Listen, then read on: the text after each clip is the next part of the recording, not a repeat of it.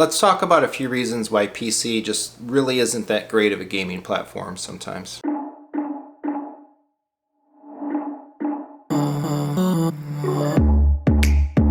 In a prior video, I covered 3 big reasons and a couple honorable mentions about why I'm very drawn to PC for my video gaming, and have tried to make it a single platform for the hobby for me.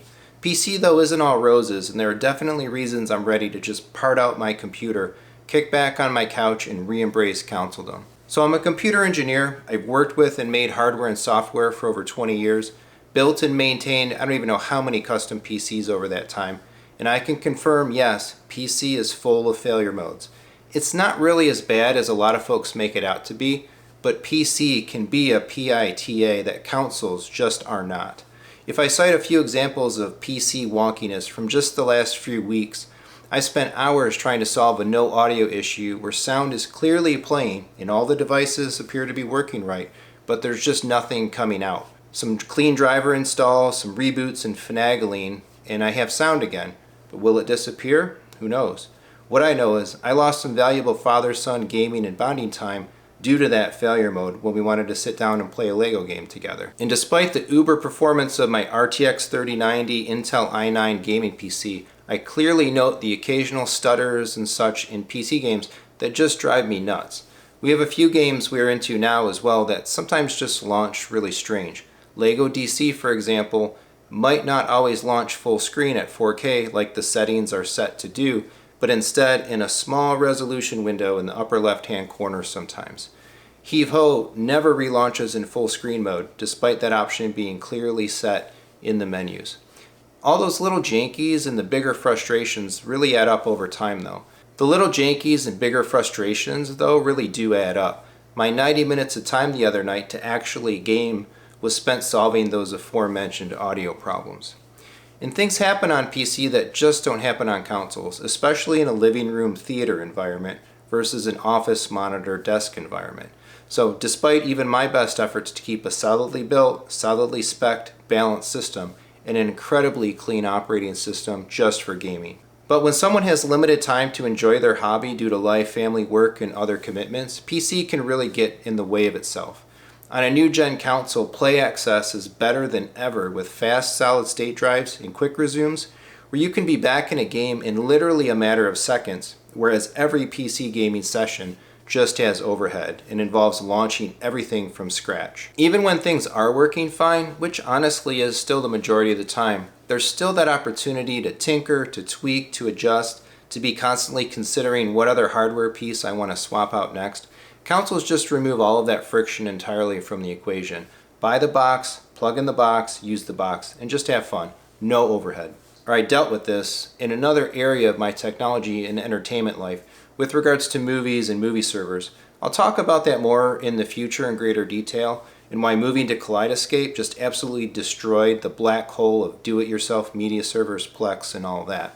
But a second part of PC gaming that existed in some dimension in my pro video but also exists a bit in this con video is the game library.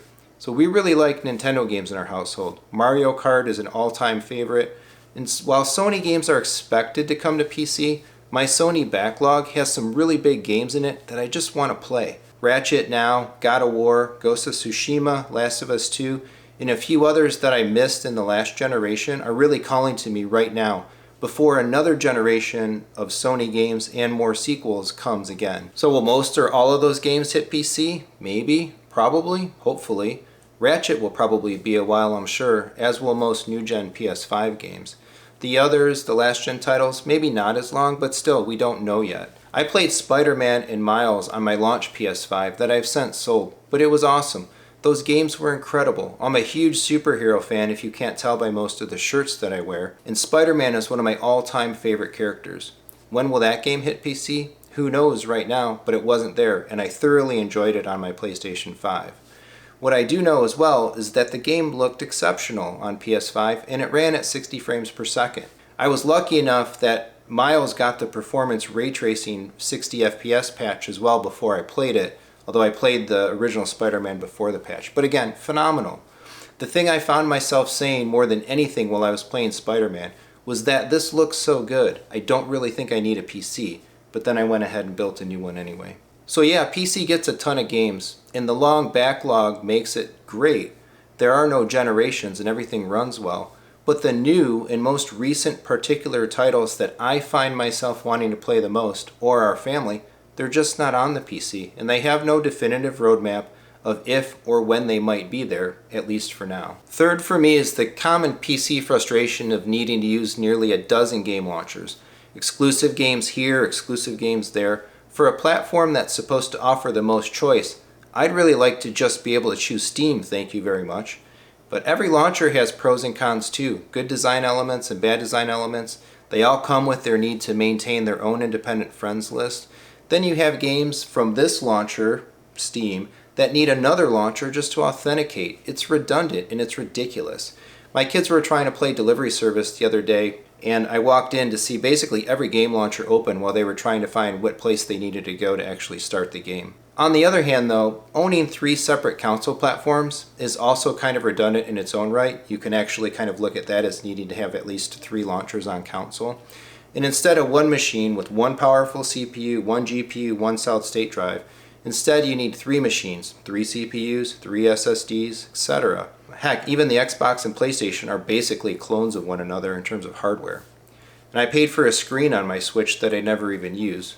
Plus, controllers for each platform versus just one set of controllers on PC. And while I'm kind of turning this into almost a little bit of a pro for PC, and in some respects it is, the launcher thing on the software side, it's a business issue that needs to get fixed. Companies just need to let their games go to different launchers, let the games go to Steam without all this multi-launcher authentication, and I hope Epic loses a ton of money on timed exclusives, so that activity just comes to a pure stop. Since I added a couple of honorable mentions in my pro PC video, I'll do the same here in the con video as well. One of them, for me, well, people really love mods, and they're held up as like this pivotal element of PC. For me, I don't care in the least bit. I don't mod my games.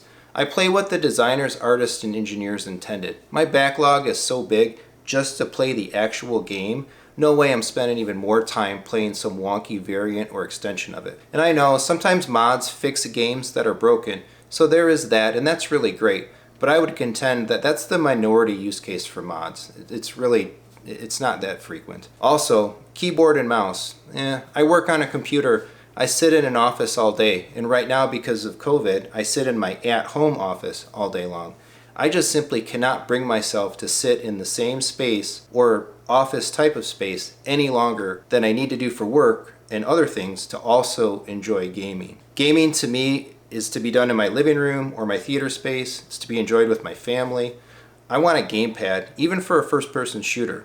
Actually, I perform better in the Destiny 2 Crucible on PC using a gamepad by far than I ever did on a console. Strange. And I also enjoy more single-player or co-op type games, regardless versus competitive multiplayer. So gamepad on PC, or gamepad in general, I'm all about it. I could care less about playing with a keyboard and mouse. I suppose I'll keep piling on and complain a little bit about cost too. This Uber gaming machine here cost about $4,000 to assemble.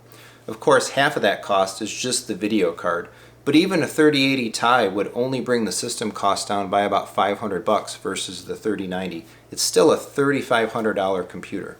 Comparatively, if you bought all 3 major consoles, multiple extra controllers for each of them, other accessories, online subs for a couple of years, the Xbox Series X 1TB SSD expansion, another smallish SSD drive extension for your PS5, you're closing in to maybe $2,500. Still a far cry from $4,000. But those platforms will sit for 3 to 5 years, whereas the draw to upgrade PC parts will be constantly buzzing in my mind anyway, as bits and pieces and new tech and hardware comes out every year. Heck, I could even buy a second Xbox Series X and a second PlayStation 5 to also put in my theater directly and still have a bunch of money left over for games and other things versus this $4,000 computer. And while yes, game prices on PC do generally come in cheaper than console, Sony and Microsoft run great regular sales. There's an Xbox sale going on right now as I record this that has games for like 80% off. Even Nintendo does sales regularly too. I think I just got an email about one today also. The really cheap stuff on PC is really cheap in most cases, either because it's maybe not that great or it's just really old. And old titles from Microsoft and Sony can get down to $4.99 and such as well.